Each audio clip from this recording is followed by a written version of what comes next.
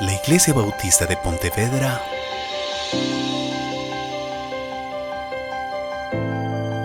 presenta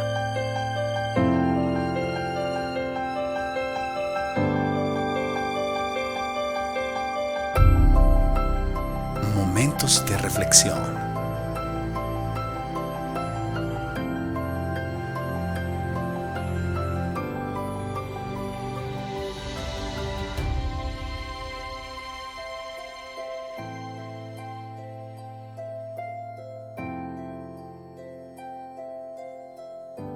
Bienvenidos. Vamos a comenzar en oración entonces. Santo Señor, gracias por tu bendición. Gracias por tu palabra y porque en tu palabra, Señor, encontramos grandes verdades. Pero grandes verdades, Señor, que transforman nuestra vida, que nos llevan a actuar conforme a tu deseo, tu voluntad, Señor, tu designio y tu soberanía sobre nuestras vidas.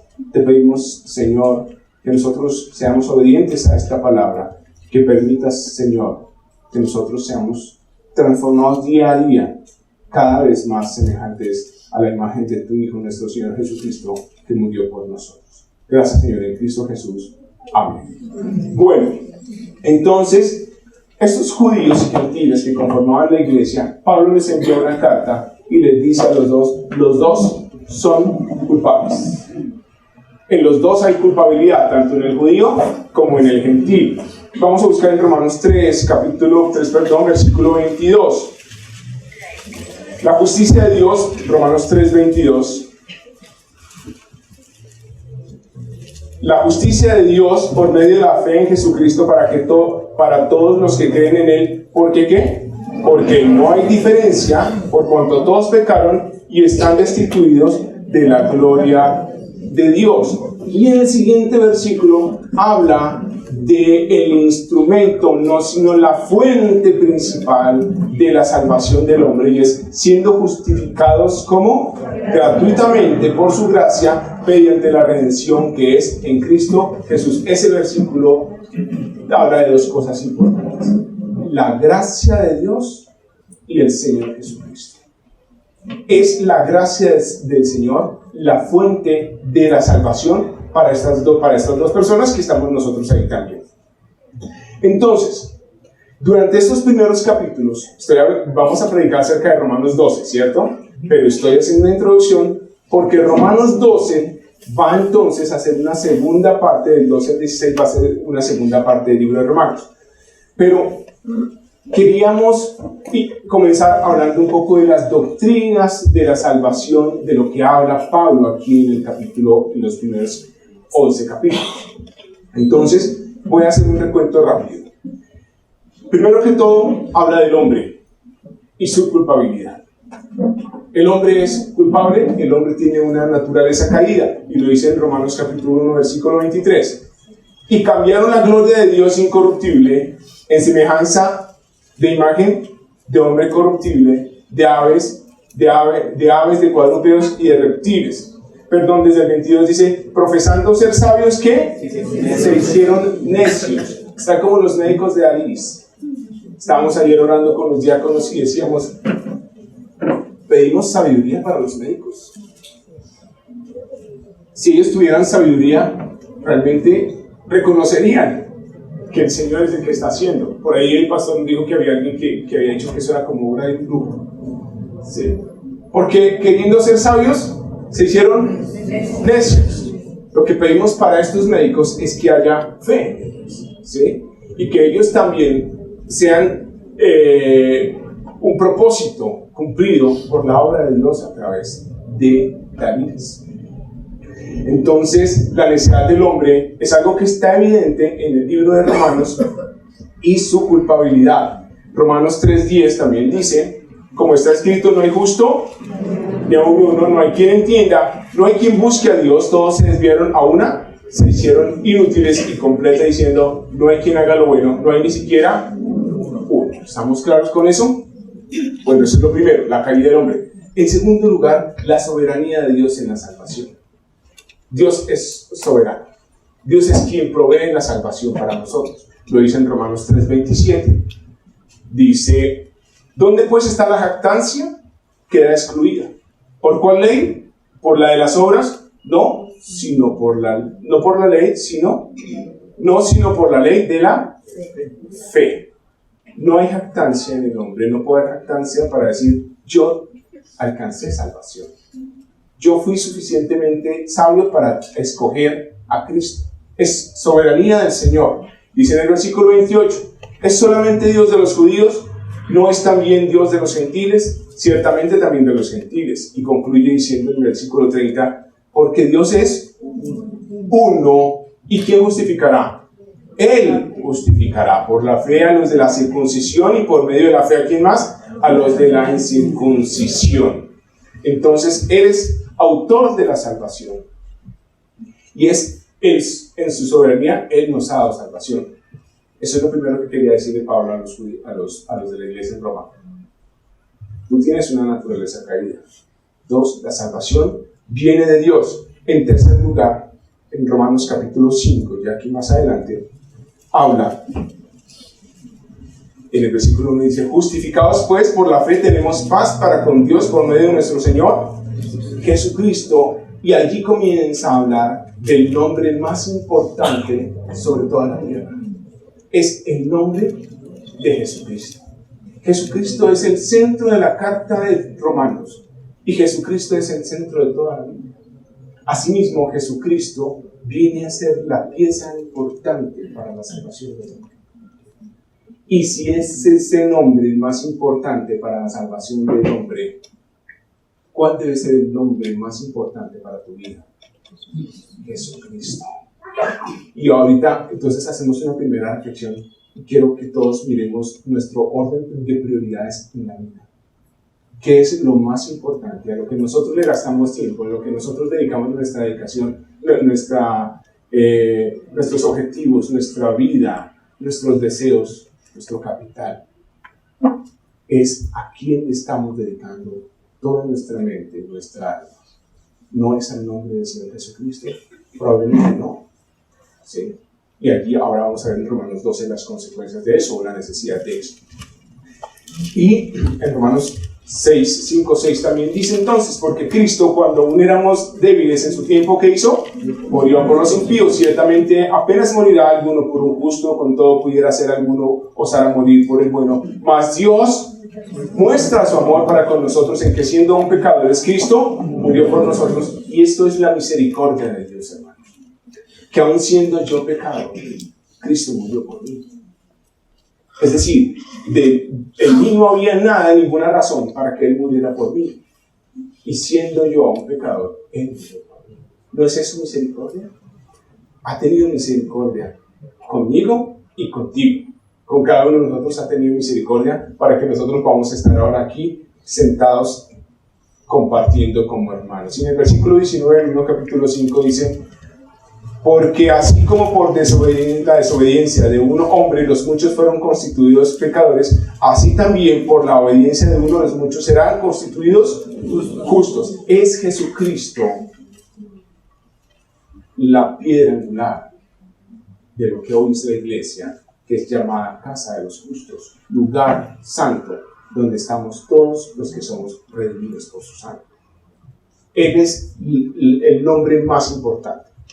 Y en último lugar, ya para terminar este resumen que tenemos de las doctrinas, el Señor Jesucristo nos ha dado vida y nos ha dado una nueva vida en su nombre. Dice el versículo 4 del capítulo 6, una página más adelante. Esa obra de Cristo es una obra que se aplica en nuestra vida de la siguiente manera. Porque somos sepultados juntamente con Él para muerte por el bautismo, a fin de que como Cristo resucitó de los muertos por la gloria del Padre, así también nosotros ¿qué? Andemos en una vida nueva.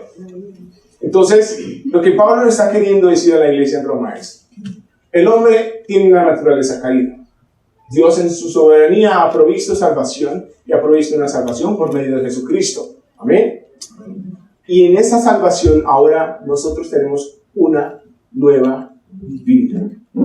Nos movemos en una nueva vida. Y es una vida, en 6:23 dice qué tipo de vida es, porque la paga del pecado es muerte, mas la dádiva de Dios es ¿qué? Vida eterna en Cristo Jesús, Señor nuestro.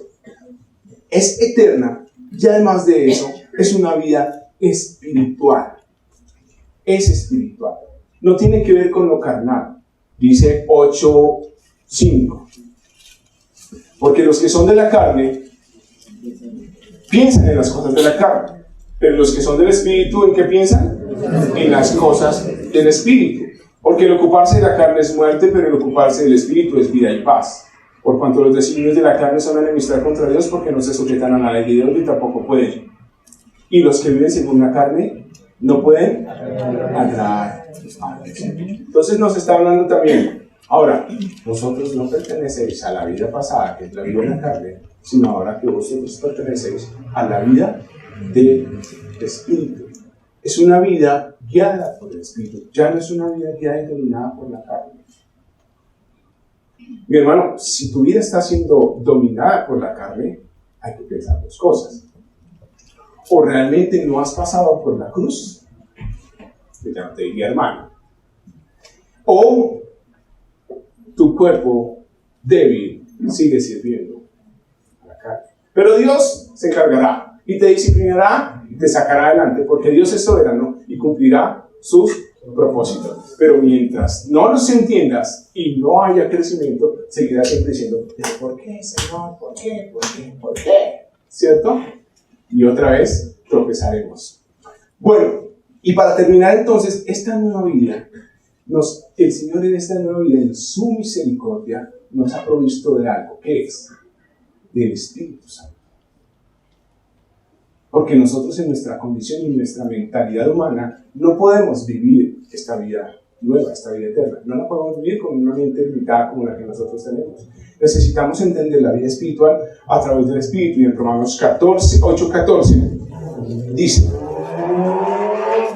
porque todos los que son guiados por el Espíritu de Dios, estos son hijos de Dios. Amén. Pues no habéis recibido el espíritu de esclavitud para estar otra vez en temor, sino que habéis recibido el espíritu de adopción por el cual clamamos Abba Padre.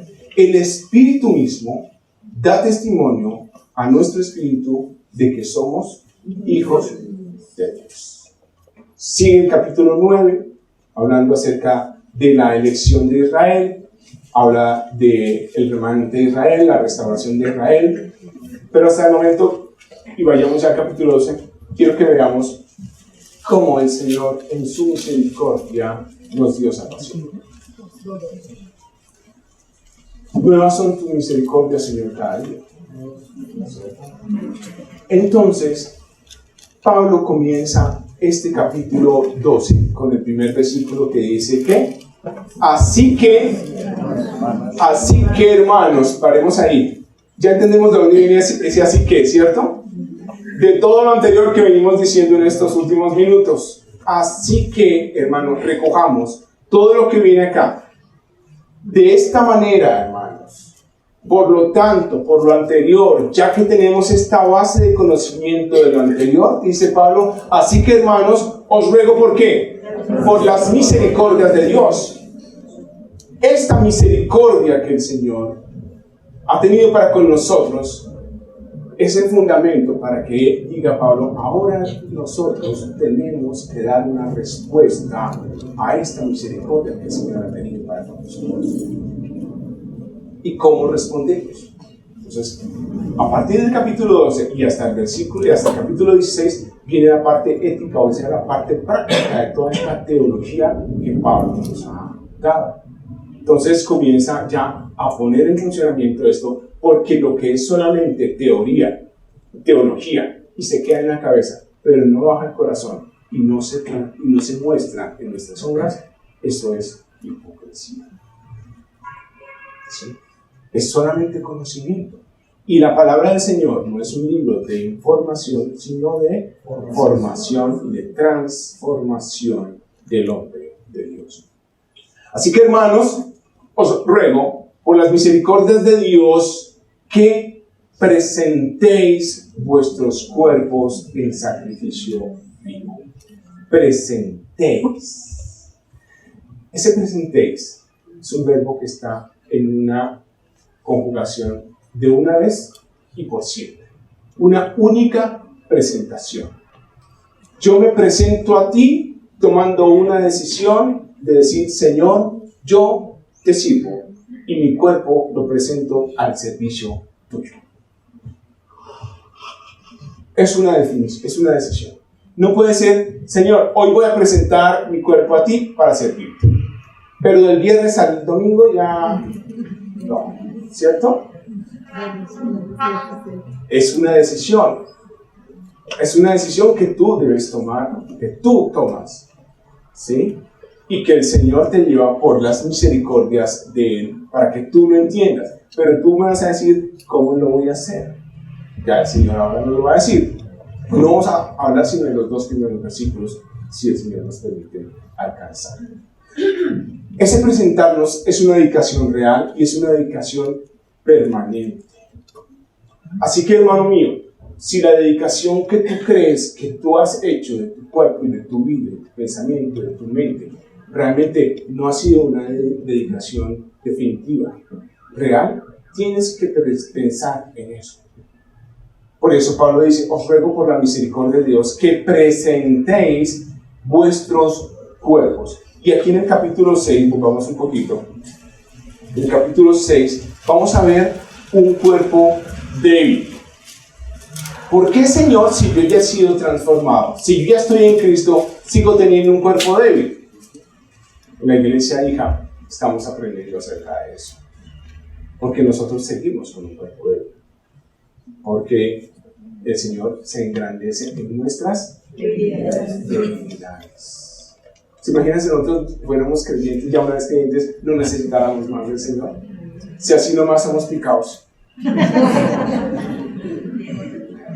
Nosotros necesitamos depender del Señor para que el mundo sepa que hay un Dios que cuida de esta iglesia, que nos soporta, que nos sustenta, que nosotros dependemos de Él y que tenemos que darle gloria a Él todos los días. No gloria a lo que nosotros ya tenemos y que estemos superados. Por eso dice en 6:12, no reine pues el pecado en vuestro cuerpo que mortal, de modo que lo obedezcáis en sus ¿qué? En sus concupiscencias. Este cuerpo tiene concupiscencias. ¿Qué son las concupiscencias? El deseo de ir en contra de la voluntad de Dios. Eso es.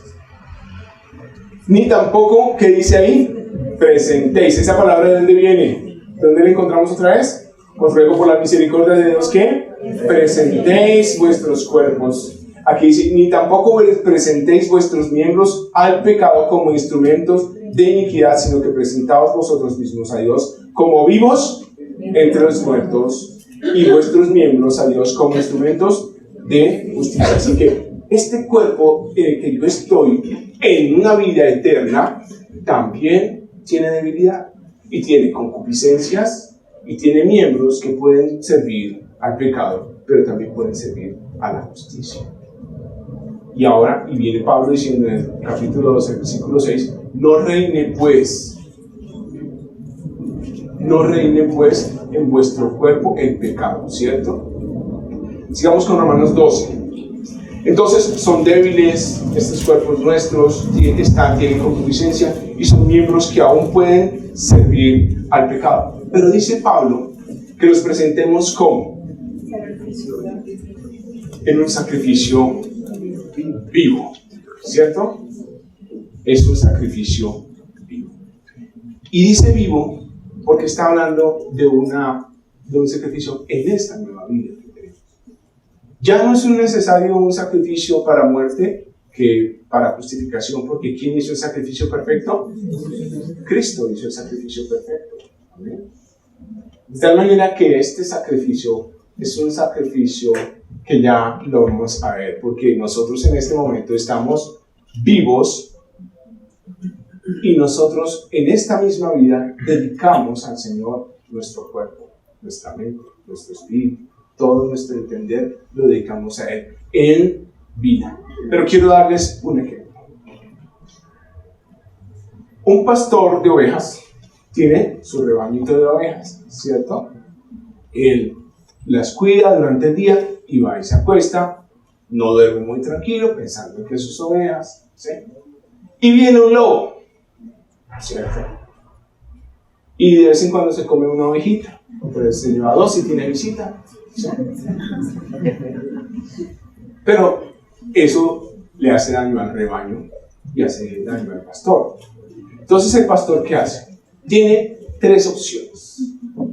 Una, armarse, esperarlo y matarlo, y se acabó el lobo, ¿sí? Y se terminó el lobo. Eso habría podido hacer Dios con nosotros, ¿cierto? Pero él en su misericordia no lo hizo. Pero no es lo mismo con el lobo, porque entonces el pastor tiene otra segunda opción, que es ¿cuál? Le pone una trampa, deja la pitica y lo mete en una jaula, ¿cierto? ¿Deja de comerse a las ovejas? Y se las dejó de comer, claro. Pero el lobo en sí ya es bueno. ¿Él por qué no peca? Porque está encerrado. Está la tercera opción, y es que el pastor transforma al lobo en una oveja. ¿Eso es posible? Para el pastor de las ovejas, no. Pero para el Dios poderoso que nos ha sacado de corrupción y nos ha traído, sí es cierto. Entonces, ahí está la diferencia en que un lobo quiera salir de la jaula ya transformado en oveja y no quiera pecar. Pero los cristianos podemos caer en una jaula de religiosidad, de compromisos, pero no pecamos porque no se nos ha dado la oportunidad, porque estamos encerrados en algo. Pero el lobo ama el pecado, pero un lobo transformado aborrece el pecado, ama servir al Señor. Hace un sacrificio vivo, hace una entrega real y no simplemente una vida llena de cohibiciones, sino que su vida sea realmente transformada y que no desee pecar. ¿Hace cuánto que no ve pornografía? ¿Hace cuánto que no ve a una mujer con ojos de lascivia? ¿Hace cuánto que no miente? ¿Hace cuánto que no roba? ¿Hace cuánto que no falsifica algo en su trabajo? Hace tanto tiempo, pero déjeme preguntarle si eso ha sido porque usted aborrece hacer eso o simplemente porque se ha cohibido de hacerlo. En la iglesia nos prohíben tomar, en la iglesia nos prohíben bailar, dicen los evangélicos, ¿cierto? Decimos. ¿Aquí nosotros hemos prohibido eso? Aquí nadie se le prohíbe pecar. Esperamos que nuestras vidas sean transformadas para que nosotros no deseemos pecar, sino que alabemos al Señor en obediencia. Bueno, estoy adelantando un poco.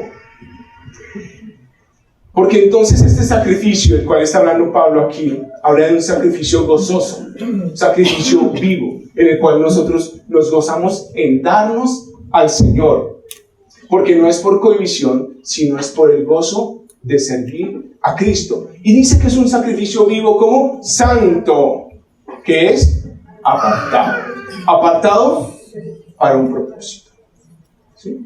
Mira, hermano, es que yo me he santificado del mundo, por eso yo no volví a tal parte, a tal otra, y finalmente yo creo que me voy a ir a vivir por allá, al Caguán, donde ya no va nadie. ¿Sí? Porque me quiero apartar del pecado porque yo soy santo. ¿Sí? Ese santo es un apartarse no de, sino apartarse para, con un propósito, y aquí es donde comienzan a cambiar las cosas, y aquí tenemos que entender que es que, mi hermano, tú fuiste sacado del mundo, fuiste sacado de la corrupción, del castigo, para cumplir un propósito dado por el Señor. Y si todavía no has entendido ese propósito, quizás por eso es que todavía andemos nosotros de coscorrón en coscorrón para poder entender cuál es el camino real del Señor.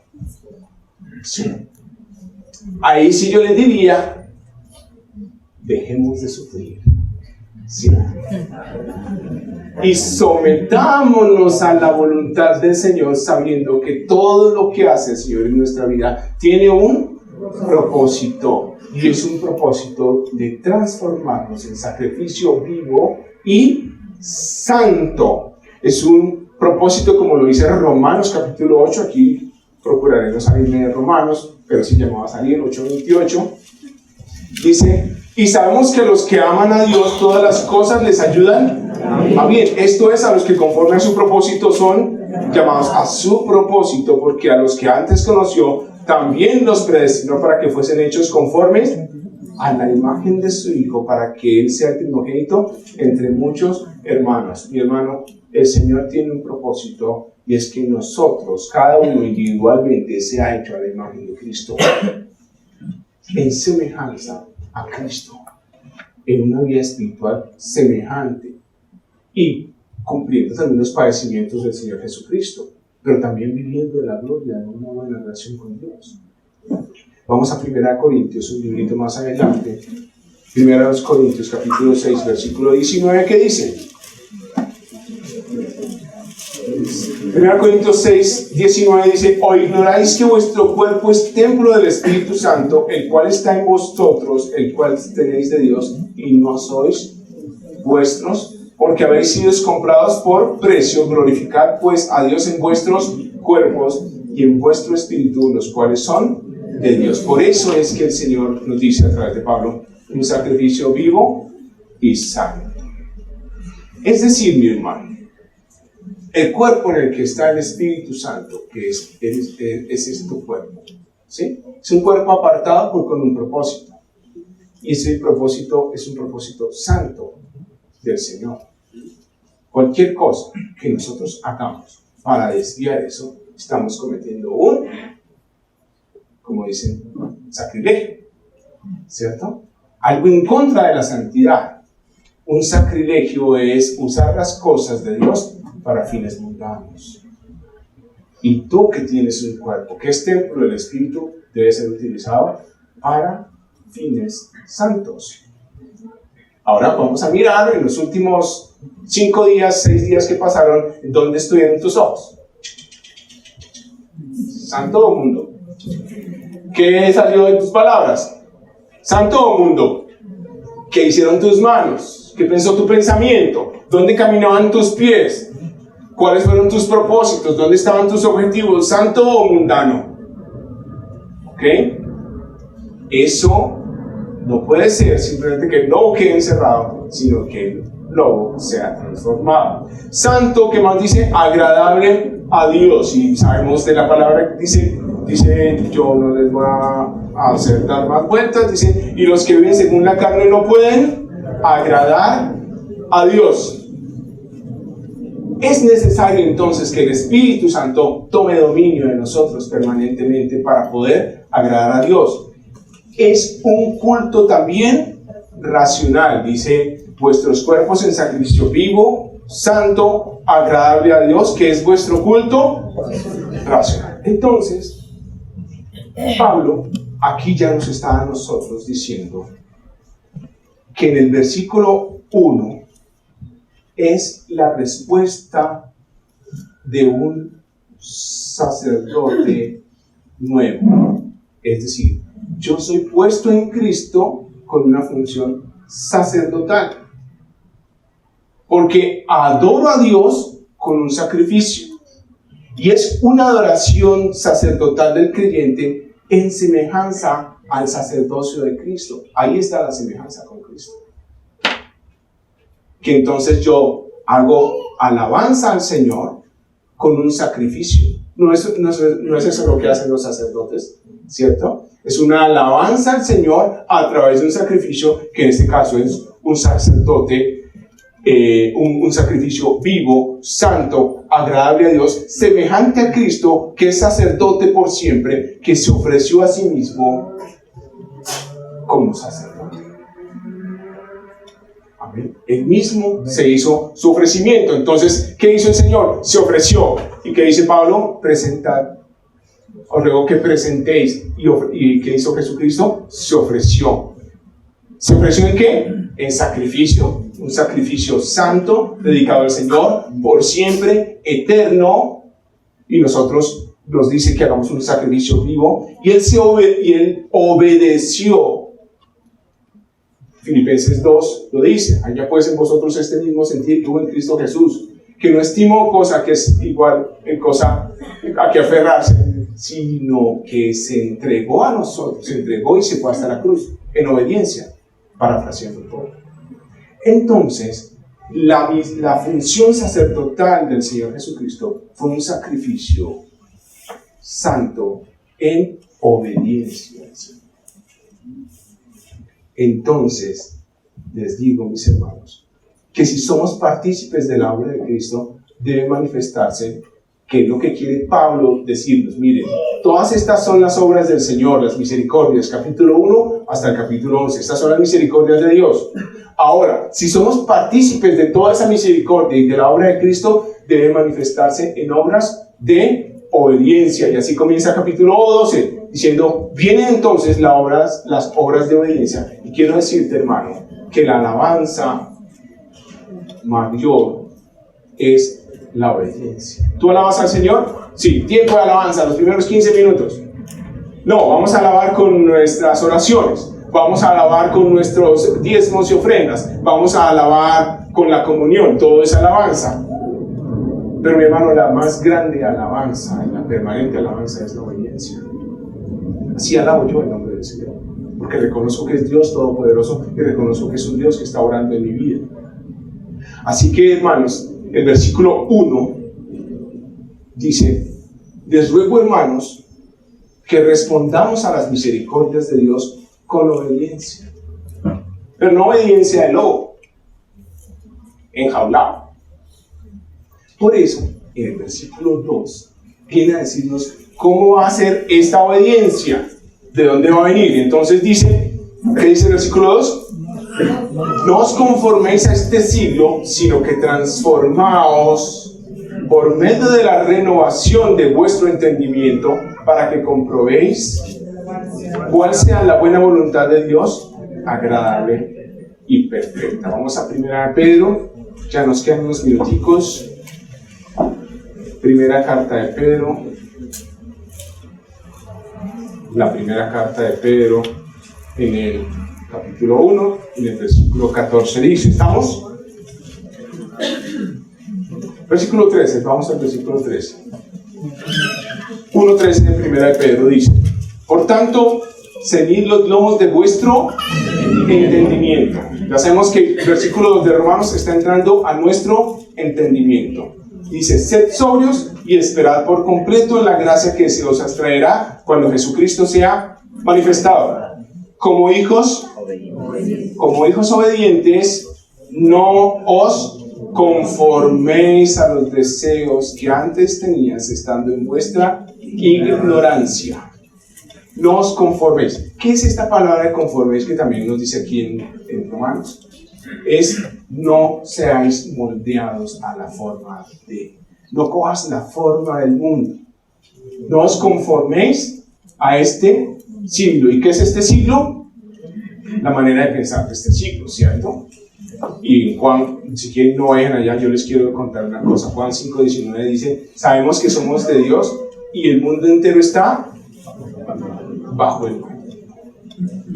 El mundo entero está bajo el mal. Yo quiero contarles que una persona que yo aprecio mucho, que amo mucho, uno de sus hijos, adolescente, decidió que ahora quiere ser mujer. Eso es bíblico. El mundo entero está bajo el maligno. Eso es lo que el mundo piensa. Entonces yo dije, tenemos que ir a la palabra para que este muchacho entienda cuál es la verdadera voluntad de Dios, agradable y perfecta. Me dijeron, él ya ha estudiado mucho y eso los científicos lo apoyan. Pero ¿quiénes son los científicos? Son aquellos que, queriendo ser sabios, se hicieron necios y son los que se enredan en sus argumentos y sus pensamientos y a lo malo llaman bueno y a lo bueno llaman malo. Esa es su fuente de información. Pues con razón se nos torció el muchacho. ¿Sí? Ese es el molde del mundo y tú vas a ver en todas las redes sociales lo que el mundo dice. Fulanito de tal dijo tal cosa. No hagas tal cosa. el amor es esto, una amistad es esto. Todo eso es la basura del mundo que moldea. Y mi querido hermano, nuestros niños, nuestros jóvenes, no pueden ser moldeados a la manera del mundo. No, que en la universidad, no, que en esto, pues se están moldeando a la manera del mundo. Eso siempre se los he dicho, eso es innegociable. Porque la manera del mundo va a traer consecuencias como las que estaba viviendo esta familia en este momento. Esa es la manera de pensar del mundo, es lo de afuera. Ahora quiero que nosotros, ya viejos los que estamos acá, ¿sí? ¿Es posible que nos moldeemos a la manera del mundo? ¿Ya viejos? ¡Claro! Yo comienzo a correrle al billete, comienzo a sufrir, comienzo a escuchar que la oportunidad de compra, que es que hay que tener las tarjetas, que hay que hacer esto, que es que hay que crecer en esto, avanzar en esto, y caemos. Y nos dejamos llevar a la manera del mundo, que no es lo que el Señor quiere para nosotros. Porque dice, no os conforméis a este siglo. Mi hermano, mira el siglo que está fuera de ti, fuera de nosotros, fuera de la iglesia. Mira el siglo en el que te estás tú moviendo. Y dime si tú estás viviendo a la manera de ese siglo. O sea, ¿entienden lo que es el siglo, no? Este tiempo. Tú estás en este tiempo viviendo en un ambiente que no es cristiano. Tú estás viviendo y tienes que convivir en este mundo con situaciones que no son de Dios. Pero ¿qué tanto nos estamos dejando nosotros moldear por eso? Vivo en un ambiente donde hay mucho doble sentido, mucho chiste, que pertenecía también a mi pasado, ¿sí? Y yo sé que debo mantenerme firme, aunque no, y mucho más mostrando oposición a eso. No simplemente que yo digo, no, es que no me gustó el chiste, no, es que eso no es. Ir en contra de, ¿sí? Mostrar que estamos radicalmente opuestos al mundo. Y sigamos que dice, no os conforméis a este siglo, sino que transformados.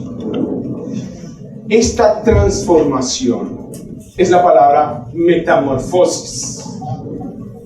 ¿Se acuerdan? Ciencias de tercero. La metamorfosis. ¿Sí? Dos ejemplos de metamorfosis. La rana y la mariposa. Entonces voy a dar dos ejemplos para que los hombres y las mujeres se identifiquen con quien quieran. Segunda de Corintios, capítulo 3.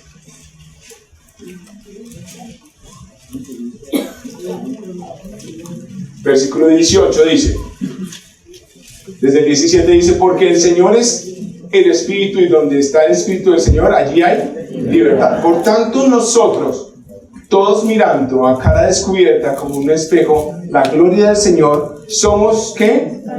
Transformados de gloria en gloria en la misma imagen como por el Espíritu del Señor.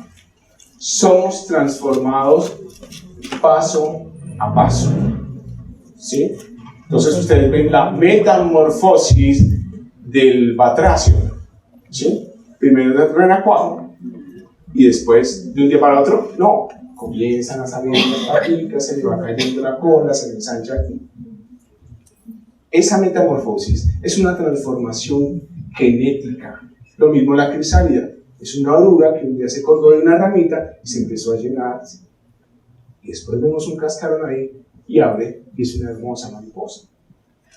De gloria en gloria el Señor quiere que nosotros seamos transformados a la misma imagen del Señor Jesucristo. Paso a paso. Dice, sino que transformados por medio de la renovación, ¿sí? Y también dice Tito 3:5, si quieren no lo busquen, dice, nos salvó no por obras de justicia que nosotros hubiéramos hecho, sino por su misericordia, por el lavamiento de la regeneración y por la renovación del Espíritu Santo. Hay una nueva vida en nosotros, hay una nueva genética. ¿Hay gusanos que se transforman en mariposa? No. ¿Hay pescaditos que se transforman en rana? No, no todo gusano es de mariposa, ¿cierto? Porque hay gusano de carnada nomás, ¿cierto? Hay áscaris, todas las cosas que se transforman en mariposa. Y no todos los pescados se transforman en rana. Pero nosotros tenemos una nueva genética, una nueva posibilidad de transformación, una nueva vida por el lavamiento, por la regeneración del Espíritu Santo. Hay ese potencial de transformación que el Señor está utilizando para esa metamorfosis. Dice, sino transformaos por medio de la renovación de ¿qué? De vuestro entendimiento. O sea, Él está diciendo que ¿en dónde está todo? Acá. Pero no es nuestro pensamiento solamente. No es solamente que nosotros cambiemos nuestra manera de pensar, sino es nuestro entender el mundo y entender la vida. Que nosotros entendamos lo que está ocurriendo. Entendamos que es una tentación, entendamos que es una prueba, entendamos cuál es el propósito del Señor, que es lo que dice acá. Pero, ¿cómo voy a hacer yo para renovar mi entendimiento? Yo no lo puedo hacer en el vacío, simplemente. O sea, yo no me voy a transformar de un día para otro, sino hay algo que a mí me transforme el entendimiento. Y vamos ya terminando con esto. Vamos a Salmo 19. Salmo 19.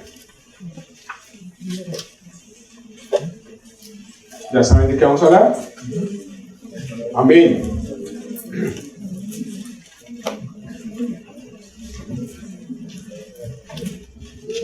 Y cuando nosotros decimos acá desde este púlpito, mi hermano lee la palabra,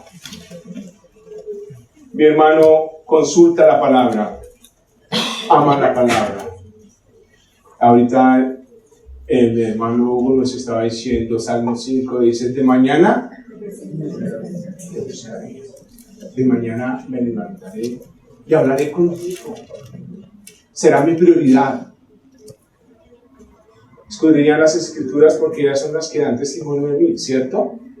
Ellas dan testimonio de mí. ¿Cuál dijimos que era el nombre más importante en la vida de un creyente? Jesucristo. Jesucristo que está en esta, que es su palabra. Aquí lo encontramos.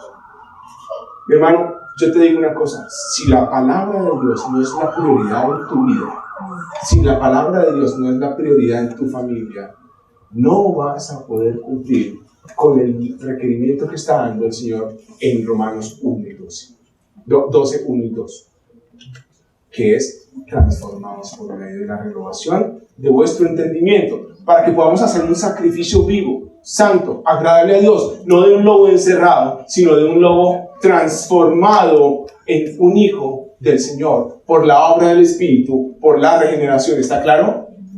Toda la obra del Señor tiene un sentido y tiene un propósito. El Espíritu Santo nos da a nosotros el poder de transformación por su palabra. Es que no somos nosotros, es su palabra. Tú no te puedes transformar a ti solo, a ti mismo. Tú no puedes cambiar por el convencimiento. Programación neurolingüística no hay en la palabra del Señor. ¿Sí? No es declárelo que así va a ser. Declare que su hijo va a ser santo. Declare, eso no es verdad. Dice más bien, versículo 7 de Salmo 19 dice, la ley de Jehová es perfecta. Todo es la palabra, estamos hablando de la palabra. La ley de Jehová es perfecta. ¿Qué hace? Que convierte el alma. El testimonio de Jehová es fiel, que hace sabio al sencillo, que no es tan sabio. Los mandamientos de Jehová son rectos, que alegran el corazón. El precepto de Jehová es puro, que alumbra esos ojos que deben servir al Señor. En el clic, clic, clic, clic. Dice, el precepto de Jehová es puro, que alumbra los ojos. El temor de Jehová es limpio, que permanece para siempre. Los juicios de Jehová son verdad, todos justos. Deseables son más que el oro, y más que mucho oro afinado, y dulces más que la miel, y que la que destila el panal. Tu siervo además es ¿qué? Amonestado con ellos. Amo la amonestación de la palabra del Señor cuando me dice necio. Esta noche viene a pedirte tu alma. Necio tal cosa. ¿Por qué haces esto? ¿Por qué haces lo otro? En guardarlos hay grande galardón. ¿Quién podrá entender sus propios errores? Líbrame de mis errores, de los que me son ocultos. Preserva también a tu siervo de las soberbias, que no se enseñoreen de mí. No reine pues en vuestro cuerpo el pecado, dice Pablo. Entonces seré que íntegro, estaré limpio de gran rebelión y podré ser ese sacerdote que tú quieres, Señor, para que yo entregue mi cuerpo en sacrificio vivo, santo, agradable a Dios. Y volvemos a Romanos 12 para terminar diciendo lo siguiente: no os conforméis a este siglo, sino transformaos por medio de la renovación de vuestro entendimiento, para que comprobéis cuál sea la voluntad de Dios, agradable y perfecta. 3 características de la voluntad de Dios que nosotros no entendemos cuando tenemos nuestra mente puesta en la carnalidad. Que la voluntad de Dios es buena. Dice Romanos 8:28, y sabemos que los que aman a Dios todas las cosas le ayudan a bien. Es agradable. 8:35 dice: ¿quién nos separará del amor de Cristo? Tribulación o angustia o persecución o hambre o desnudez o peligro o espada. En todas circunstancias, mi hermano, en que tú te encuentres, por difícil que sea, en persecución, en angustia, en hambre, en desnudez, ahí está el amor de Cristo. Por eso la voluntad de Dios es agradable. ¿Estás en la voluntad de Dios? Sin importar la circunstancia, estando en la voluntad de Dios, es agradable. Y terminemos en Efesios.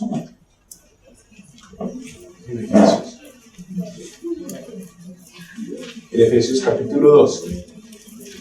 Es buena, agradable y perfecta. ¿Por qué es perfecta la voluntad de Dios? Porque hay un propósito para nosotros. Dice, porque versículo 10 del capítulo 2 de Efesios dice: porque somos hechura suya, somos suyos. Él es autoridad, Él es soberanía en nuestra vida, creados en Cristo Jesús. ¿Para qué? ¿Para buenas obras que nosotros nos inventemos? No, las cuales Dios preparó de antemano para que anduviésemos en ellas. Mis hermanos, el Señor nos pide a nosotros que actuemos según la misericordia de Dios que la tenemos para con nosotros. Respondamos a esa misericordia, porque ahora somos constituidos sacerdotes que presentarán un sacrificio vivo, santo, agradable a Dios, para que nosotros podamos entender su voluntad. Dejemos de ser creyentes que viven conforme a este siglo. ¿Eres creyente? Sí. ¿Por qué? Porque voy a la iglesia los domingos. ¿Y porque tengo Biblia? Sí. ¿Y porque hice una oración de fe? Pero la misericordia de Dios requiere que nosotros actuemos de una manera basados en una transformación. ¿No pecas? No. ¿Por qué? Porque estoy encerrado acá. Pero denme papaya. ¿Por qué no pecas? Porque aborrezco el pecado. Porque amo al Señor y no quiero lastimar ese amor que me ha dado. Ese es el principio de nuestra vida cristiana. No podemos vivir por emociones, debemos vivir por principios. El principio es: amo a Dios.